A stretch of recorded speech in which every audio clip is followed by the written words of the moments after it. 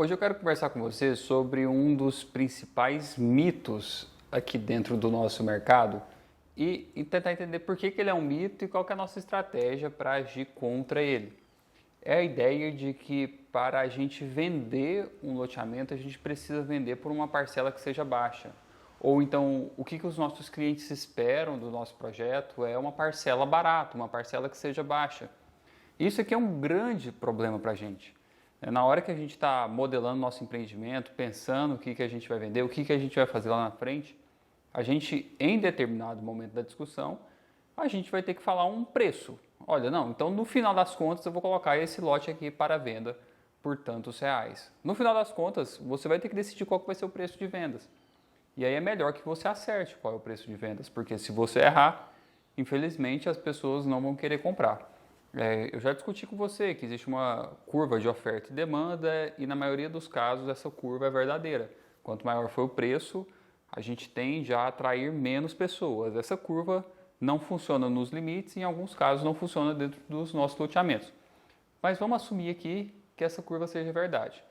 Quanto maior o preço, menos pessoas vão comprar. Então, junto com as nossas inseguranças no momento da venda, a gente achando ali que pode ser que dê tudo errado, pode ser que aquilo que a gente acha que vai dar certo, na verdade não funciona, vai chegar lá naquele momento e aí a nossa tendência é jogar o preço para baixo no sentido da segurança. Então, se eu não sei se as pessoas vão comprar ou não, é melhor eu chutar que para elas comprarem, o preço da parcela precisa ser baixo.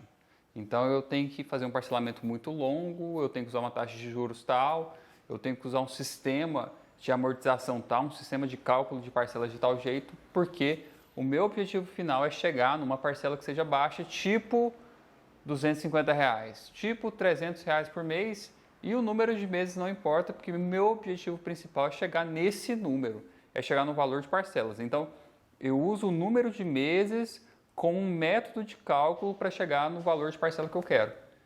E o que eu quero te mostrar nesse vídeo aqui é que esse pensamento, toda essa linha de raciocínio aqui, ela é falsa. E aí ela vai te produzir resultados também que são desastrosos. O primeiro ponto é que se o seu cliente de fato se encaixa nesse público-alvo de rendimento mais baixo, de uma renda mais baixa, então muito provavelmente é melhor que ele não compre seu lote. Esse ponto aqui eu insisto muito com os meus alunos e com os meus clientes. Deve existir uma renda mínima para comprar um lote, por mais baixa renda que seja o seu público-alvo. Existe uma renda mínima e, na minha visão, tem um número. Eu vou te falar aqui qual que é esse número de renda mínima para um cliente se tornar cliente de um loteamento. Olha só, os governos, principalmente na esfera federal, os governos federais sempre se preocuparam com o problema da habitação popular.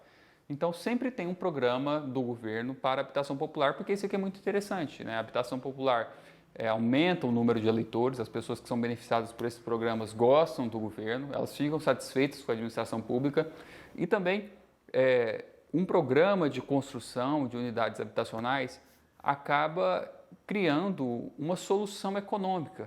Isso aqui acaba sendo também um programa de distribuição de renda. Então, assim, o governo brasileiro tem o Bolsa Família, que ele distribui literalmente renda para as pessoas que fazem parte desse programa. Mas o Minha Casa Minha Vida também é, de certa maneira, um programa de distribuição de renda do governo federal, só que ele não acontece de maneira direta. E aí, por não acontecer de maneira direta, existe um incentivo para toda a economia. Então, essa distribuição de renda afeta os fornecedores da construção e afeta também os prestadores de serviço da construção. Então, acaba que é um programa muito efetivo, torna aquela região, aquece a economia daquela região. Então, os programas habitacionais são uma coisa que são característica do nosso governo. Sempre vai ter um programa habitacional. Atualmente, esse programa chama Minha Casa Minha Vida. Já teve outros programas no passado. Recentemente, a gente teve o Casa Verde e Amarela. No passado, a gente teve o BNH. Sempre vai ter um programa habitacional para resolver esse problema. É interessante para ganhar voto e é interessante também para estimular a economia. E aí, inclusive, o governo tem os bancos públicos que oferecem os incentivos e o governo, por meio dos bancos públicos, é capaz de fazer péssimos negócios financeiros para tornar esses programas cada vez mais atraentes. Então, atualmente, no Minha Casa Minha Vida, eu fiz uma pesquisa aqui antes de começar esse vídeo Existem 3 faixas, faixa 1, faixa 2 e faixa 3. Depende do seu rendimento mensal, rendimento domiciliar mensal. E o faixa 3, que é o limite superior desse programa, é destinado para famílias que têm rendimento, que têm renda entre R$ 4.400 e R$ 8.000 por mês. E essas famílias conseguem negociar e adquirir um imóvel de até R$ 350 mil. Eu vi alguma coisa dizendo que a partir do final do ano passado, o governo também financiaria a entrada do imóvel. Já no faixa 1 e no faixa 2, o governo financia 100% do imóvel e as taxas de juros desse financiamento também são extremamente interessantes e elas não dependem muito da taxa de juros do momento, não depende do valor da taxa Selic ali daquele instante que a gente está vivendo. Então, é tipo 8% ao ano a taxa de juros de um financiamento desse. Então, acaba que é uma coisa que é bastante interessante para o cliente. Então, se o cliente tem uma renda de até R$ 8.000, entre R$ 4.400 e R$ 8.000, ele consegue financiar um imóvel de R$ 350 mil, o governo vai financiar também a entrada. Existe um subsídio, um valor que pode chegar, pelo que eu vi, até R$ 50 mil que o governo vai dar de presente para esse cliente e ele vai financiar isso por uma taxa de juros baixa. Basicamente, que é isso que é o Minha Casa Minha Vida. Você concorda comigo que se o cliente se encaixa no faixa 3 do Minha Casa Minha Vida, ou no faixa 2, ou no faixa 1, a coisa mais inteligente que esse cliente pode fazer é aproveitar isso que o governo está oferecendo para ele, né? Aproveitar esse grande benefício que o governo está dando para ele, porque o governo está fazendo isso de propósito para tornar o empreendimento atrativo, né? O governo está fazendo isso de propósito para tornar o programa atrativo. Então não tem porquê um cliente que se encaixa faixa 1, faixa 2 ou faixa 3 comprar um lote. Não tem porquê, porque existe uma solução financeira mais interessante e mais inteligente para ele, que é entrar dentro do programa do governo. É melhor comprar o Minha Casa Minha Vida do que comprar seu lote. O que eu estou falando aqui? Resumindo, qual que é o padrão mínimo de um cliente para ele comprar um lote dentro do nosso empreendimento, qualquer que seja o seu público-alvo? Eu estou mirando baixa renda, não, estou mirando pessoas com renda um pouquinho maior. Independente qual seja o seu empreendimento, o nosso público-alvo mínimo ele tem que ser superior ao faixa 3 do Minha Casa Minha Vida. Isso significa que o rendimento mensal da sua família, do seu cliente, né, o rendimento da família que está comprando o seu produto, deve ser no mínimo R$ 8.000 por mês. Não faz sentido você querer vender um lote por uma pessoa que ganha menos de R$ 8.000, né? Por uma família que ganha menos de R$ 8.000 por mês. Se você está vendendo esse lote para uma família que ganha menos de R$ 8.000 por mês, ela precisa imediatamente parar de pagar suas parcelas e comprar o Minha Casa Minha Vida. Ela vai estar fazendo um negócio financeiro melhor do que comprar o seu lote. Não dá para você montar uma política de negócios tendo um público-alvo inferior a esse. Se você quer vender para essas pessoas, é melhor você montar o seu produto para vender para os construtores que vão executar o Minha Casa Minha Vida e vender para essas pessoas. Melhor você montar parcerias ou você próprio executar essas casas. Mas esse cliente final, ele não pode pertencer ao seu planejamento, ele não pode ser um cliente para o seu empreendimento. Faz sentido ou não? Né? Se você está achando que essa conversa faz sentido, comenta aqui embaixo desse vídeo. E se você está achando também que não faz sentido, comenta aqui embaixo e vamos para o segundo ponto agora. O meu segundo ponto aqui desse vídeo agora é discutir a ideia de que muito provavelmente a sua visão sobre o trabalhador brasileiro esteja errada. A sua visão sobre o público-alvo, ela não está correta. A gente precisa, nesse momento de analisar por quanto a gente vai vender, é tentar imaginar qual que é o rendimento do nosso cliente. E a tendência que a gente tem é imaginar um valor baixo demais. Às vezes a gente acha que o nosso cliente tem uma renda tal e, na verdade, ele tem um múltiplo dessa renda tal. E isso aqui parte, né, a origem desse problema está no nosso preconceito sobre a nossa economia. E isso aqui é um caso clássico. Eu sempre mostro esse dado aqui nas minhas turmas e as pessoas ficam assim, em choque, porque a gente acha que é diferente. Olha só, o exercício é o seguinte. Imagina aí na sua cabeça, você pega todo o Brasil, qual que é o valor, qual que é o salário médio ou qual que é o rendimento médio da pessoa que é ocupada no Brasil. Quem trabalha no Brasil recebe em média quanto por mês? Entendeu qual que é a tarefa? Das pessoas que trabalham no Brasil, né, as pessoas que estão ocupadas, quando a gente usa esse termo ocupação ou pessoas ocupadas, isso significa aquelas que têm um emprego formal e aquelas que têm um emprego informal. Então, não é somente o seletista, quem tem um trabalho informal, quem é diarista também entra nessa conta.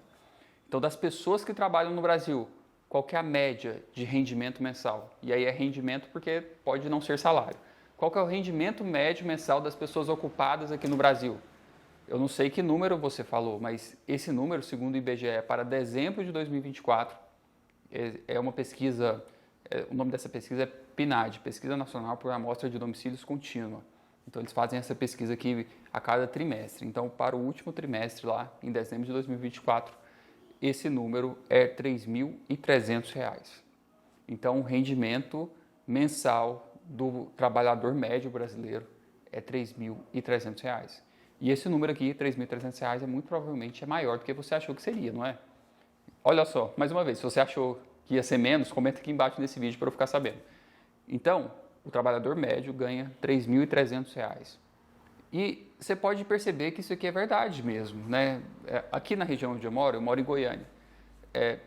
Um ajudante de pedreiro, um servente na construção civil, tem uma diária média em torno de R$ 120 por dia, né? Diária por dia de R$ 120. Tem lugares que pagam um pouquinho a mais e lugares que pagam um pouquinho a menos, mas é 120, 140, 150 reais.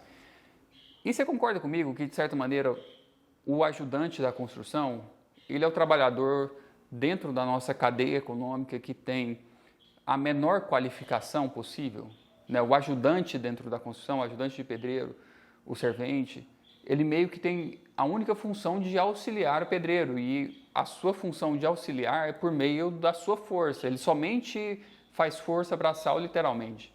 Né? À medida que ele vai escalando nas suas competências, ele vai ganhando outras qualificações e melhorando sua remuneração. Então, se esse cara aqui, que seria o mais desqualificado, tem uma diária de R$ 120, se ele trabalha 20 dias por mês, que seriam 4 semanas de 5 dias, ele vai ganhar aí R$ 2.400, né, se eu estiver acertando a matemática aqui.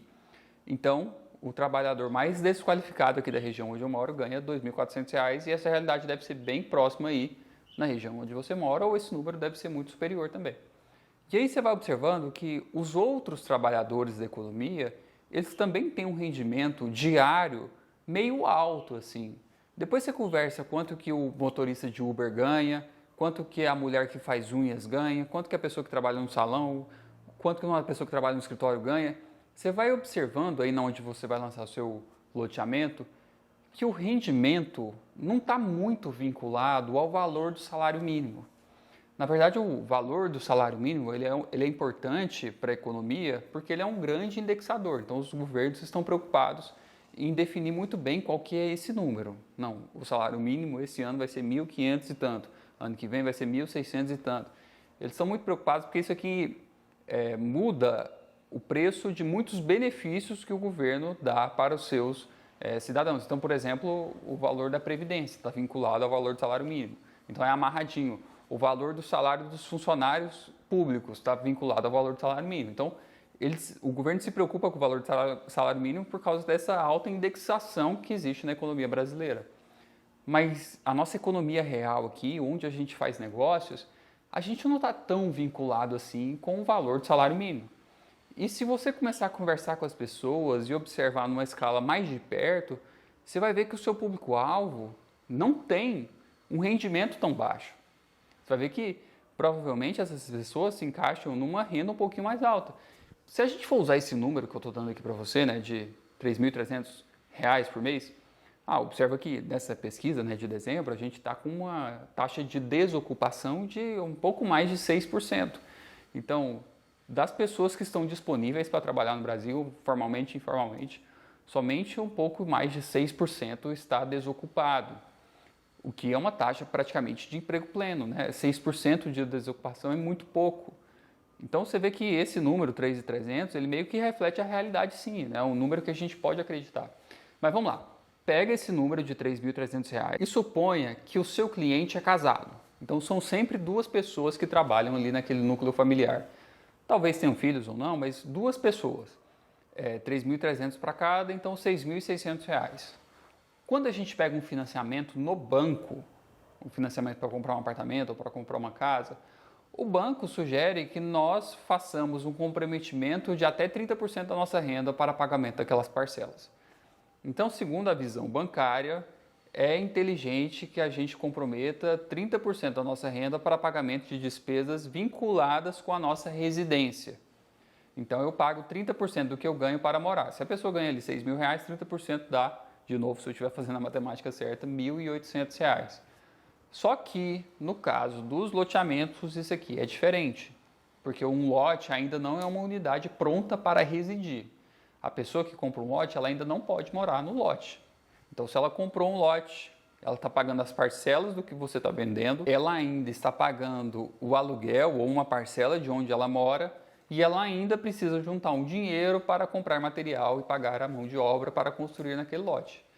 Eu acredito que quando a gente fala de 30% do rendimento, seja inteligente a gente olhar para 30% somando tudo isso.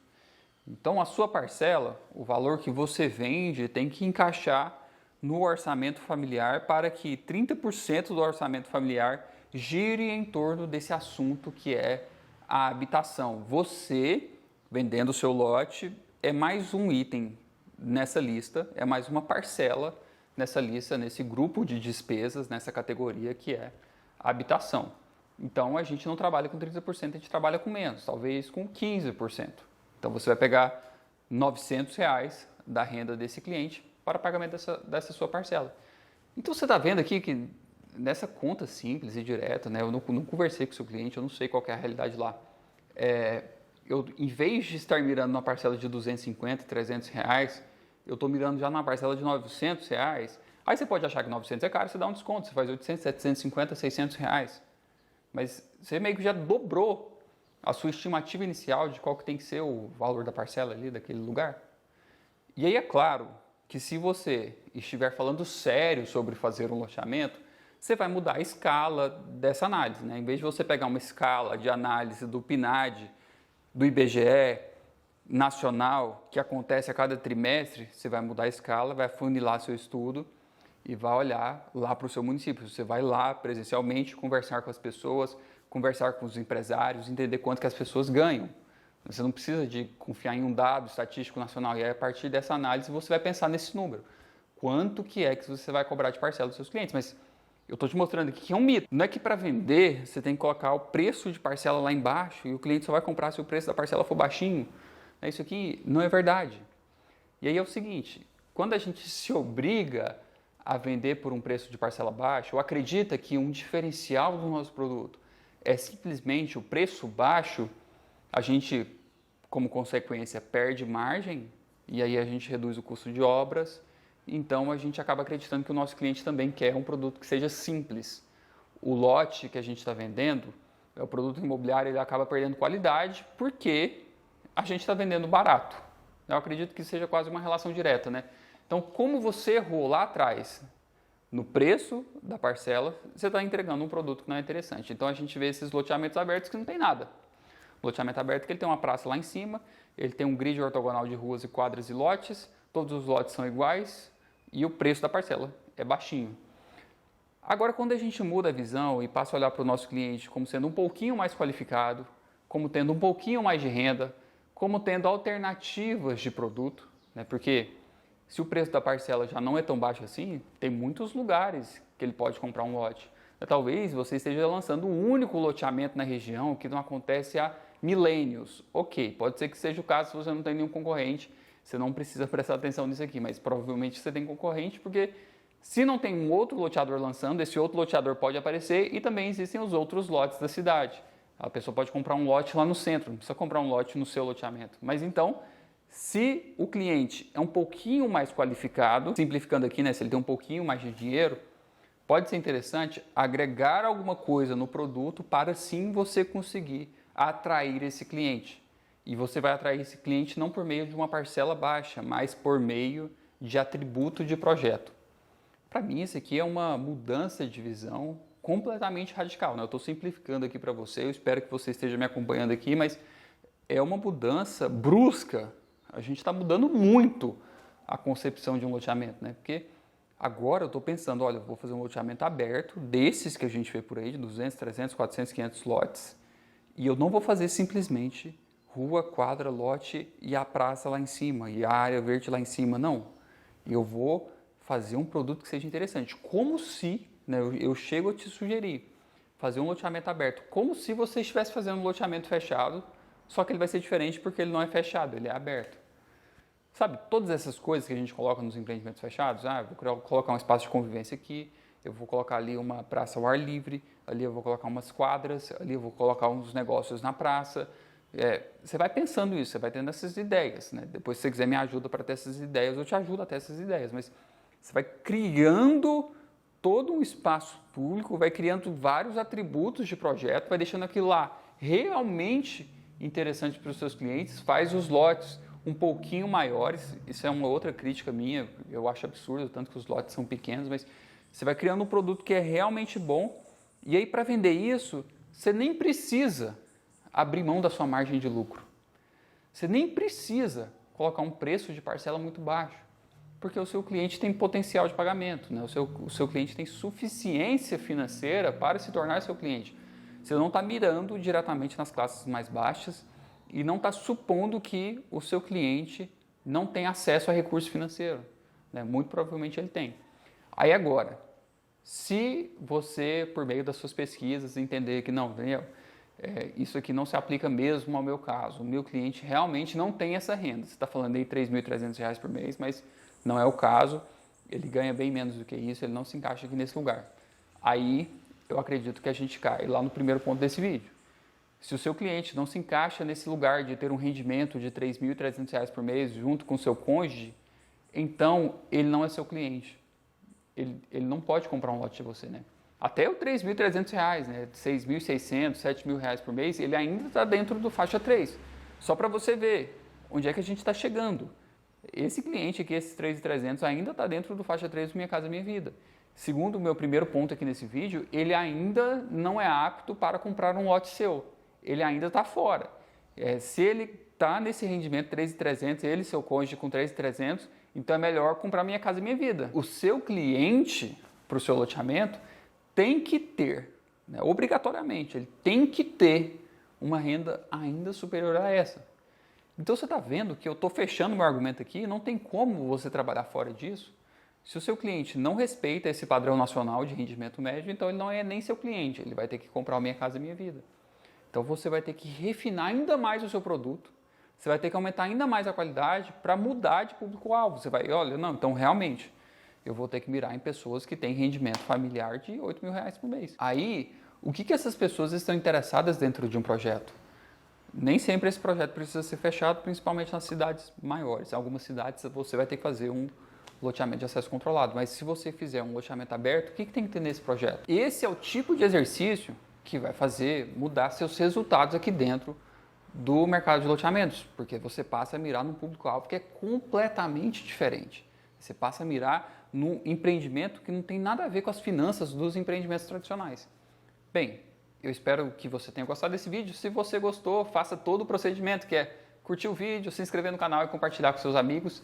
E te encontro numa próxima oportunidade.